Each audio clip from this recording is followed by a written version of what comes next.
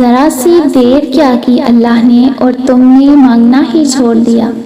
اس کو تو پسند تھی تمہاری آواز اور تم نے رابطہ ہی توڑ دیا۔ اس کی ہزار نعمتوں کو نظر انداز کر کے ناشکری کرنے لگے۔ تم نے بس ایک لاحاصل چیز کے لیے اس کا مان توڑ دیا، مگر جانتے ہو اس کی محبت کی خاصیت یہی تو ہے کہ ہزار گناہوں کے بعد بھی تم اس کے پاس جاؤ تو وہ معاف کر دیتا ہے۔ وہ تو کبھی نہیں کہتا کہ دیر سے آئے ہو تو نہیں معاف کروں گا تمہیں۔ وہ تو روز تمہارے پلٹ جانے کا انتظار کرتا ہے اور تم ہو کہ اس کے در سے رخ موڑ لیا۔ وہ ہمیشہ تم سے محبت کرتا رہے گا، تم کرو یا نہ کرو۔ تمہیں کس نے کہا کہ اس نے تمہاری دعاؤں کو موڑ دیا؟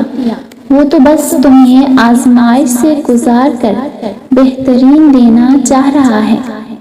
اس لیے قرآن پاک میں فرمایا ہے کہ جب بندہ بہت پریشان ہو جاتا ہے تو پھر اس کو تسلی دی گئی ہے کہ بے شک ہر تنگی کے بعد آسانی ہے۔ اللہ رب العزت کے سامنے ایسے گڑ گڑا کر مانگے کہ اللہ پاک آپ کے آنسو کو دیکھ کر فوراً عطا کر دے۔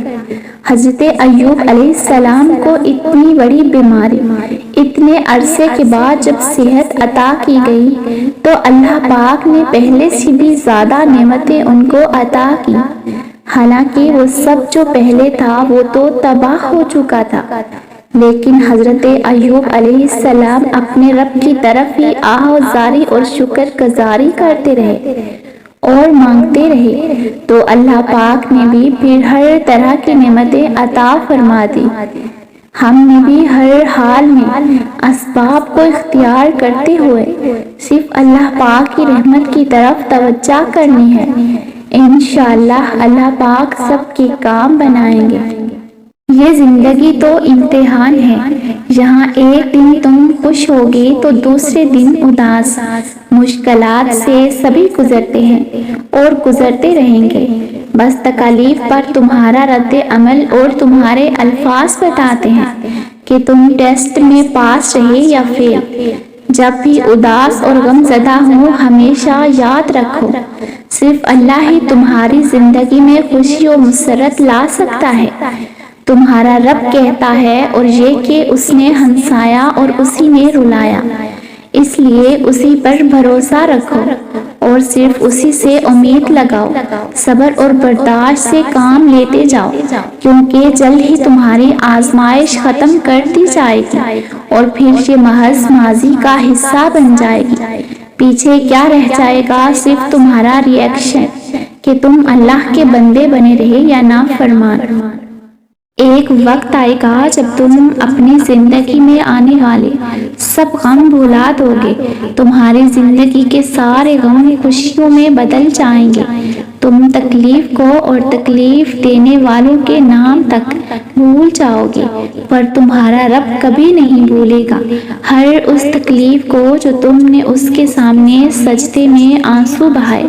تمہارا رب نہیں بھولے گا حتیٰ کہ ان کو جنہوں نے اپنے لفظوں اور لہجوں سے تمہیں تکلیف پہنچائی، نہیں بھولے گا وہ ان کالی راتوں کو جن کو تم نے سوئے بغیر گزارا۔ یقین کرو تم بھول جاؤ گے، تمہیں تکلیف دینے والے بھی بھول جائیں گے، پر تمہارا رب کبھی نہیں بھولے گا۔ اس کے سامنے بہائے جانے والے آنسو کا بھرم وہ کبھی نہیں توڑتا۔ وہ محبت تو سب سے کرتا ہے مگر چنتا اسے ہی ہے جو اس کی طرف آنا چاہتا ہے۔ جو اس کی طرف آ جائے وہ واپس خالی ہاتھ نہیں آتا، وہ تھام لیتا ہے۔ وہ کسی کا صبر، کسی کی زیادتی سب یاد رکھتا ہے۔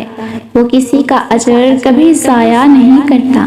وہ بدترین سے گزار کر بہترین عطا کرتا ہے۔ سبحان اللہ۔